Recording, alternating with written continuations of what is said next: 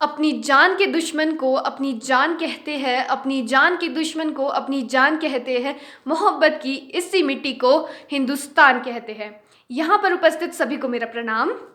मैं वेदिका चंदेल आज देश प्रेम और राष्ट्र निर्माण के उपलक्ष्य के ऊपर अपने कुछ विचार आप लोगों के साथ साझा करना चाहूँगी। आज़ादी। आज़ादी का मतलब वही समझ सकता है जिसने गुलामी सही हो। हम तो सौभाग्यशाली है जो हम स्वतंत्र भारत में जन्मे हैं। यूं तो आज़ादी की लौ 1857 में जल चुकी थी, जो विशाल बनकर 1947 में देश को आज़ाद कर आई।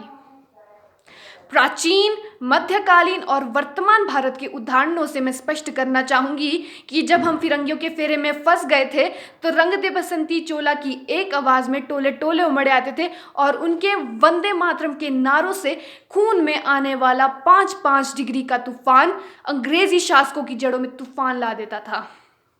लोग मर जाते थे, मिट जाते थे, फांसी पर चढ़ जाते थे, तब भी वो अपनी देशभक्ति साबित कर रहे होते थे, क्योंकि ये उस दौर की देशभक्ति की एक कसौटी थी। फिर महाजनवरी 26 को हम सब गणतंत्र मनाते हैं, गीत खुशी के गाते हैं। उसके बाद 62, 65 और 71 के युद्धों में अपना सुहाग गवा देने वाली वो औरत, जब घर के हालात ये हो जाते हैं, प्यार भी भरपूर गया, मांग का सिंदूर गया। नन्ही नौनी हालों की लंगोटियां चली गई, छोटी छोटी बेटियों की चोटियां चली गई। बाप की कमाई गई, भाई की पढ़ाई गई। ऐसा एक विस्फोट हुआ कि पता ही नहीं चला, पूरे जिस्म की कई बोटियां चली गई। और आपके लिए सिर्फ एक आदमी मरा है, आपके लिए तो सिर्फ एक आदमी मरा है, किंतु मेरे घर की तो रोटियां चली गई। ये वाले हालात हो जाने के बावजूद भी जब माँ अपने बेटे को सरहद पर दुश्मनों की धज्जियां उड़ा देने के लिए भेज दिया करती थी, तो पत्र लिखा करती थी और कहती थी, माँ ने खत लिखा है बड़े ही चाव से, पुत्र मेरे ना घबरा जाना, 1 इंच भी पीछे ना हटना, चाहे इंच इंच कट जाना, चाहे इंच इंच कट जाना।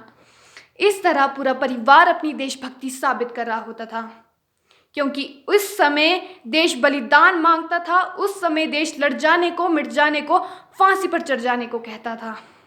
किंतु आज देश लड़ जाने को, मिट जाने को, फांसी पर चढ़ जाने को नहीं कहता। अपितु मेरे विचार से आज सच्चा देशभक्त वही है जो अपना काम पूरी ईमानदारी, पूरी लगन और पूरी मेहनत से करता है।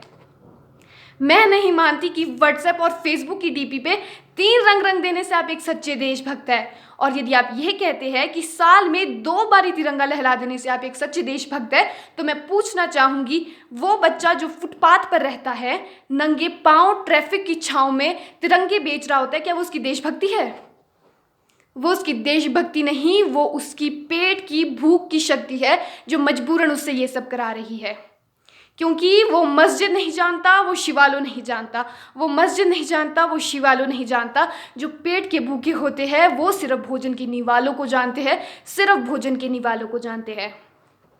अपने परिवार, अपने समाज, अपने राष्ट्र के लिए समर्पण का भाव ही एक देशभक्ति है। और देशद्रोह के जीवन में आने वाला तूफान ही एक सच्ची देशभक्ति है, जो देशद्रोह को भी समझा दे, यदि तू परिंदा है तो आसमान तेरा है, यदि तू दरिंदा है तो शमशान तेरा है, और यदि भाईचारे से रहना है तो रह जमीन पर, नहीं तो कब्र भी तेरी है और कब्रिस्तान भी तेरा है। देशद्रोह से ज्यादा देशभक्ति तब आहत हो उठती है जब एक बेटा अपने बूढ़े माँ बाप को वृद्ध आश्रम की चौखट पर छोड़ आता है। कराहट हो उठती है उस देशभक्ति पर जो मुसीबत में फंसे इंसान की मदद करने के बजाय उसकी वीडियो बनाने में रहता है।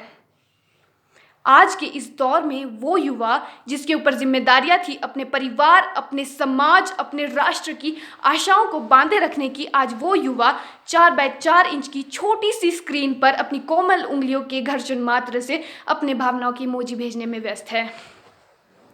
4 बोतल वोट का काम मेरा रोज का, इसने तो भारत का भविष्य खराब करके रख दिया है।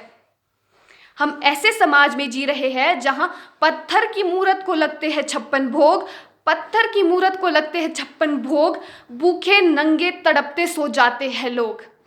मजदूर को मजदूर समझिए, मजबूर नहीं।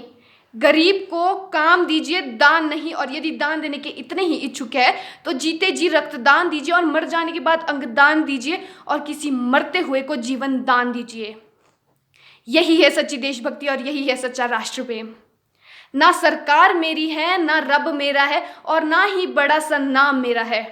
मुझे गरूर बस इसी बात का है कि मैं भारत से हूं और ये भारत मेरा है। कहते हैं हम दुनिया के सबसे बड़े लोकतंत्र है।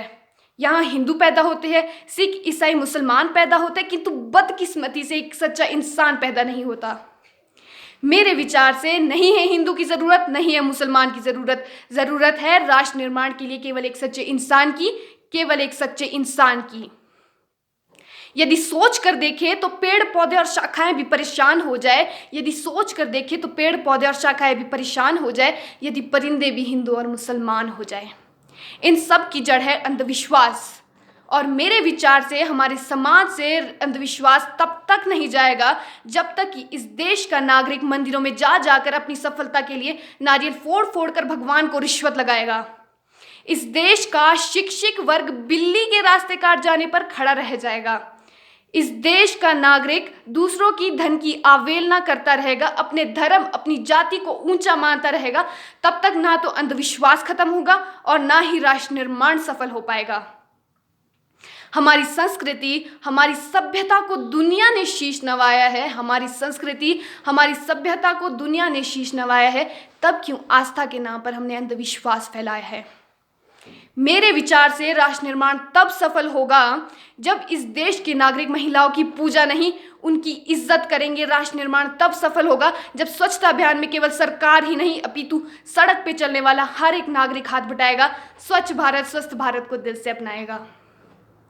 बड़ी बड़ी बातें करने से कुछ नहीं होगा, छोटी छोटी कोशिशें करनी होगी, क्योंकि ठोकर कभी बड़े पहाड़ों से नहीं, छोटे छोटे पत्थरों से लगती है। सीमा पर लोग मरते हैं, वो खुश नसीब अमर हो जाते हैं। सीमा पर लोग मरते हैं, वो खुश नसीब अमर हो जाते हैं। हमारी तो बदकिस्मती है जो हम आम जिंदगी जिए चले जाते हैं।